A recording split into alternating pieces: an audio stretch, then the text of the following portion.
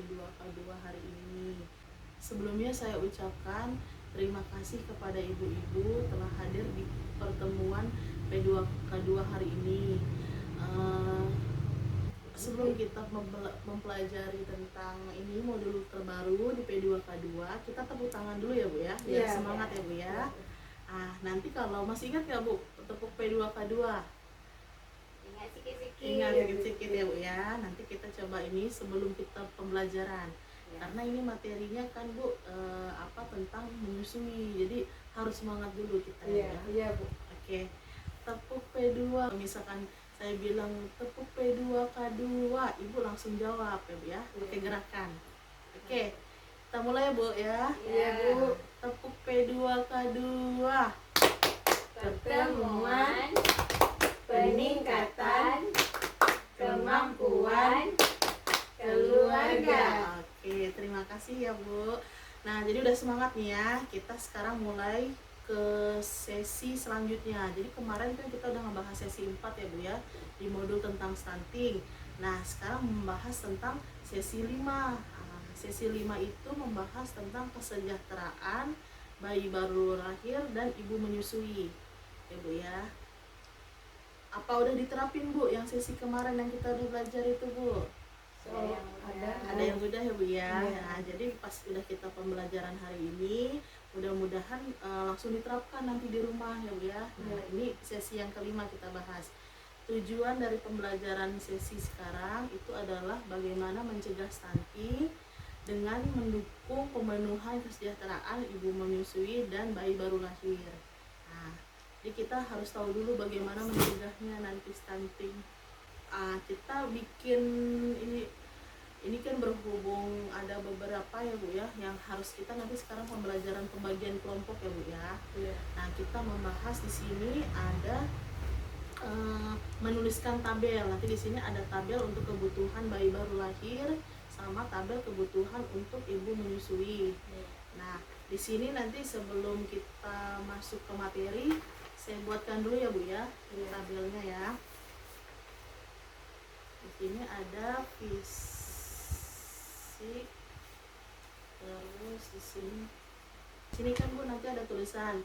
Ini kebutuhan untuk bayi baru lahir ya Bu ya. Di sini ada fisik sama siapa yang memberi.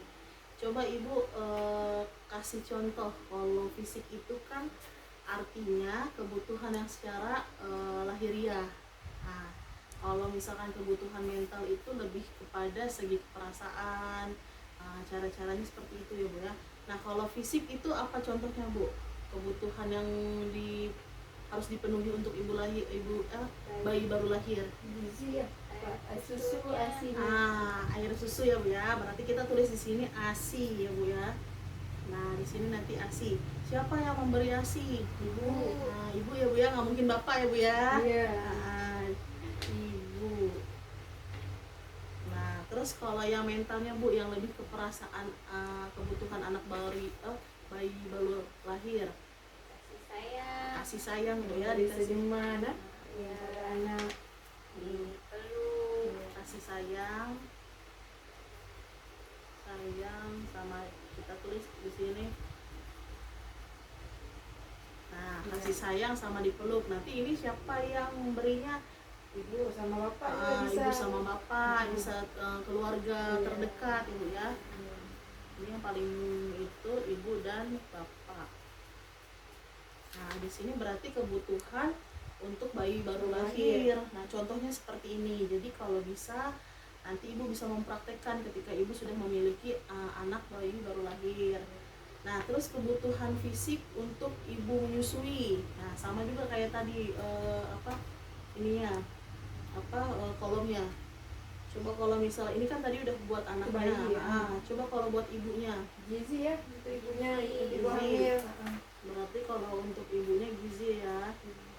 Berarti siapa yang memberi gizi buat ibu hamil? Ibu menyusui?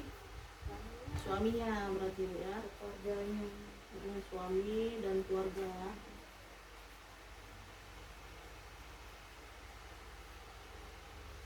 Nah, suami dan keluarga. Terus kalau mentalnya apa Bu buat ibu menyusui? Harus bahagia, senang ibu Bahagia, hamilnya. senang. Tidak tidak stres ya Bu.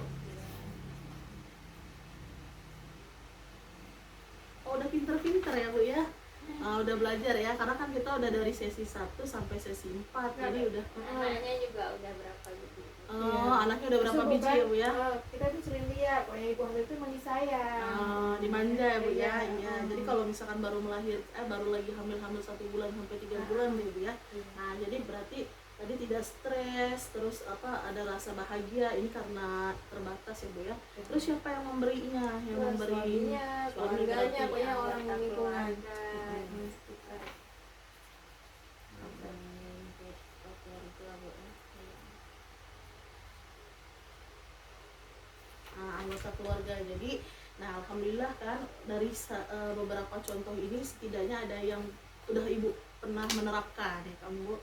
Alhamdulillah anak-anak kita pun tidak bisa mencegah terjadinya stunting dengan adanya ini ASI. Terus untuk ibunya pemenuhan gizi, terus tadi mentalnya harus dikasih sayang, dipeluk ya kan Bu. Kalau buat ibu hamilnya tidak stres. Nah seperti itu ya Bu ya. Nah setelah membahas ini mungkin ada satu yang memang tadi udah dibahas memang kan untuk ASI, tapi yang paling penting itu ada juga yang ibu terlewatkan. Nah itu adalah IMD ya Bu ya. Jadi nanti di kebutuhan fisik kita harus juga dipenuhi IMD. IMD itu apa Bu? Ada yang tahu? Ibu menyusui dini. Iya. Ibu menyusui dini. Ya jadi ini I-nya bukan ibu ya Bu ya. Nggak apa. Nah kan namanya kita belajar, mungkin ibu udah sering dengar ya Bu ya. Jadi IMD itu inisiasi menyusui dini. Nah, Terbalik. nggak apa. Terbalik yang penting berarti ibu setidaknya waktu sesi kemarin masih ingat ya Bu ya, karena kan ini berkelanjutan materinya. Jadi di dalam IMD itu memang wajib diberi 1000 HPK sampai umur 2 tahun ya Bu ya, karena stunting itu resikonya sejak dalam 1000 HPK sejak dalam kandungan. Jadi memang harus dicegah sebelum melahirkan.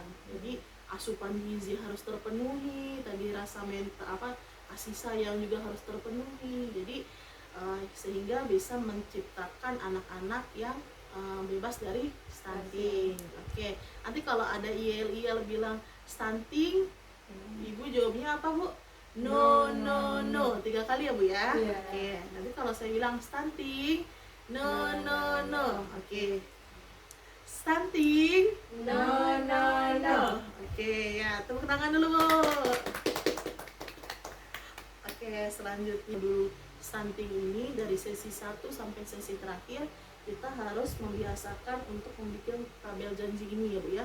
Jadi supaya kita komitmen, sama-sama komitmen, ibu pun mempraktekkan, kami pun menjelaskan beberapa materi.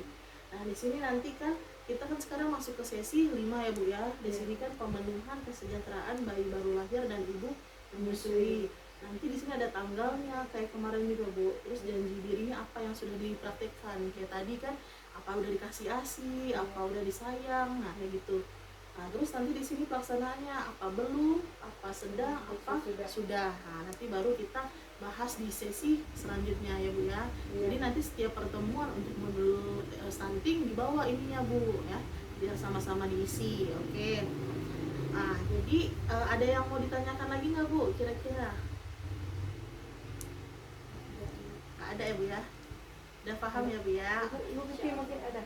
Insya Allah udah ya Bu ya. Jadi setidaknya seperti itu. Jadi kita harus mengetahui dulu aja kebutuhan fisik dulu sama kebutuhan mental. Nanti belajar lagi untuk sesi selanjutnya ya Bu ya. Nah di sini saya akan memberikan kesimpulan yang tadi kita udah bahas, bahwa kesejahteraan bayi baru lahir harus dipenuhi oleh orang tuanya adalah yaitu berupa IMD dan ASI eksklusif. Nah tadi Ibu udah jawab tuh kan, IMD adalah inisiasi menyusui dini, pemberian ASI eksklusif yaitu dari 0 sampai 6 bulan. Nah itu memang hak ASITO. Kalau misalkan ibu ada sedikit nanti maksudnya kurang air ASINya atau seperti apa, berarti harus dipenuhi tuh kebutuhan fisiknya sama mentalnya. Barangkali ada yang salah, oh iya barangkali nggak dikasih gizi yang cukup gitu ya. Nah terus dengan dan memastikan kebutuhan fisik dan mental terpenuhi oleh keluarga. Jadi bukan hanya dari suami, Iya. dari anggota keluarga, dari saudara-saudara terdekat, dari masyarakat sekitar. Terus untuk mengoptimalkan tumbuh kembang bayi sehingga tidak terjadi stunting ya Bu ya. Stunting. Nah, jadi ingat itu kita belajarnya sekarang tentang stunting ya Bu. Iya. Oke,